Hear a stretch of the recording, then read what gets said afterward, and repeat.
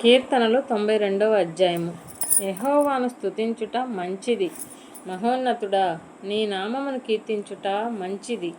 ఉదయమున నీ కృపను, ప్రతి రాత్రి నీ విశ్వాస్యతను 10 తంతుల స్వర మండలముతోనూ గంభీర ధ్వనిగల సితారతోనూ ప్రచురించుట మంచిది. ఎందుకనగా యెహోవా నీ కార్యము చేత నీవు నన్ను సంతోషపరచుచున్నావు. నీ చేతి పనులను బట్టి నేను ఉత్సహించుచున్నాను. యెహోవా నీ కార్యములు ఎంత దొడ్డవి, నీ ఆలోచనలు అంత గంభీరములు. పశుప్రాయులు వాటిని గ్రహింపరు, అవివేకులు వివేచింపరు. నిత్యనాశనము నొందుటకే గదా భక్తిహీనులు గడ్డివలె చిగుర్చుదురు. చెడు పనులు చేయు వారందరూ పుష్పించుదురు. యెహోవా నీవే నిత్యము మహోన్నతుడుగా నుందువు. నీ శత్రువులు యెహోవా నీ శత్రువులు నశించెదరు. చెడు పనులు చేయు వారందరూ చెదిరిపోవుదురు. గురుపోతు కొమ్మ వలె నీవు నా కొమ్ము పైకెత్తితివి. కొత్త తైలంతో నేను అంటబడి తిని. నా కొరకు పొంచిన వారి గతి నా కన్నులు ఆశతీరా చూచెను. నాకు విరోధముగా లేని దుష్టులకు సంభవించినది నా చెవులకు వినబడెను. నీతిమంతులు ఖర్జూర వృక్షము వలె మొవ్వు వేయుదురు. లెబోనోను మీది దేవదారు వృక్షము వలె వారు ఎదుగుదురు. యెహోవా మందిరములో నాటబడిన వారై వారు మన దేవుని ఆవరణములలో వర్ధిల్లుదురు. నాకు ఆశ్రయదుర్గమైన యెహోవా యథార్థవంతుడనియు ఆయన యందు ఏ చెడుతనము లేదనియు ప్రసిద్ధి చేయుటకై వారు ముసలితనమందు ఇంకా చిగురు పెట్టుచుందురు. సారము కలిగి పచ్చగా నుందురు. 93వ అధ్యాయము. యెహోవా రాజ్యము చేయుచున్నాడు, ప్రభావమును ఆయన వస్త్రముగా ధరించి ఉన్నాడు. యెహోవా బలము ధరించి బలముతో నడుము కట్టుకొని ఉన్నాడు. కదలకుండునట్లు భూలోకము స్థిరపరచబడి ఉన్నది. పురాతన కాలము నుండి నీ సింహాసనము స్థిరమాయెను. సదాకాలము ఉన్నవాడవు నీవే. వరదలు ఎలుగెత్తెను యెహోవా వరదలు ఎలుగెత్తును. వరదలు తమ అలలను హోరెత్తినట్లు చేయుచున్నవి. విస్తార జలముల ఘోషల కంటెను బలమైన సముద్ర తరముల ఘోషల కంటెను ఆకాశమునందు యెహోవా బలిష్ఠుడు. నీ శాసనములు ఎన్నడును తప్పిపోవు. యెహోవా ఎన్నటెన్నటికీ పరిశుద్ధతయే. నీ మందిరం నాకు అనుకూలము. 94వ అధ్యాయం. యెహోవా ప్రతీకారము చేయి దేవా ప్రకాశింపుము. భూలోక న్యాయాధిపతి లెమ్ము. గర్విష్ఠులకు ప్రతిఫలమిమ్ము. యెహోవా భక్తిహీనులు ఎంతవరకు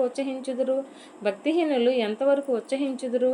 వారు వదరుచు కఠోరమైన మాటలు పలుకుచున్నారు. దోషము చేయు వారందరూ బింకములాడుచున్నారు. యెహోవా చూచుట లేదు, యాకోబు దేవుడు విచారించుట లేదు అనుకొని యెహోవా వారు నీ ప్రజలను నలగగొట్టుచున్నారు, నీ స్వాస్థ్యమును బాధించుచున్నారు. విధవరాండ్రను పరదేశులను చంపుచున్నారు. తండ్రి లేని వారిని హతము చేయుచున్నారు. జనులలో పశుప్రాయులారా దీనిని ఆలోచించుడి. బుద్ధిహీనులారా మీరెప్పుడు బుద్ధిమంతులవుదురు?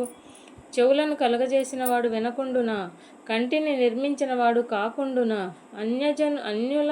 అన్యజనులను శిక్షించువాడు, మనుషులకు తెలివి నేర్పువాడు దండింపక మానునా? నరుల ఆలోచనలు వ్యర్థములని యెహోవాకు తెలిసి ఉన్నవి. యెహోవా నీవు శిక్షించువాడు, నీ ధర్మశాస్త్రమును బట్టి నీవు బోధించువాడు ధన్యుడు. భక్తిహీనులకు గుంట తవ్వబడు వరకు నీతిమంతుల కష్టదినములను పోగొట్టి వారికి నెమ్మది కలుగజేయుదువు. యెహోవా తన ప్రజలను ఎడబాయువాడు కాడు, తన స్వాస్థ్యమును విడనాడువాడు కాడు. నీతిని స్థాపించుటకై న్యాయపు తీర్పు జరుగును. యథార్థ హృదయులందరూ దానిని అనుసరించెదరు. దుష్టుల మీదికి నా పక్షమున ఎవడు లేచును? దోషము చేయు వారికి విరోధముగా నా పక్షమున ఎవడు నిలుచును? యెహోవా నాకు సహాయము చేసి ఉండని ఎడల నా ప్రాణము శీఘ్రముగా మౌనమందు నివసించి ఉండును. నా కాలు జారినని నేననుకొనగా యెహోవా నీ కృప నన్ను బలపరుచుచున్నది. నా అంతరంగమందు విచారములు హెచ్చగా నీ గొప్ప ఆదరణ నా ప్రాణం నాకు నెమ్మది కలుగజేయుచున్నది. కట్టడల వలన కీడు కల్పించు దుష్ట పరిపాలనతో నీకు పొందున. దుష్టులు నీతిమంతుల ప్రాణములు తీయుటకై వారి మీద పడుదురు. దోషులని నిర్దోషులకు మరణము విధించుదురు. యెహోవా నాకు ఎత్తైన కోట, నా దేవుడు నాకు ఆశ్రయదుర్గము. ఆయన వారి దోషము వారి మీదకి రప్పించును, వారి చెడుతనమును బట్టి వారిని సంహరించును. మన దేవుడైన యెహోవా వారిని సంహరించును. 95వ అధ్యాయము. రండి, యెహోవాను గూర్చి ఉత్సాహధ్వని చేయుదము.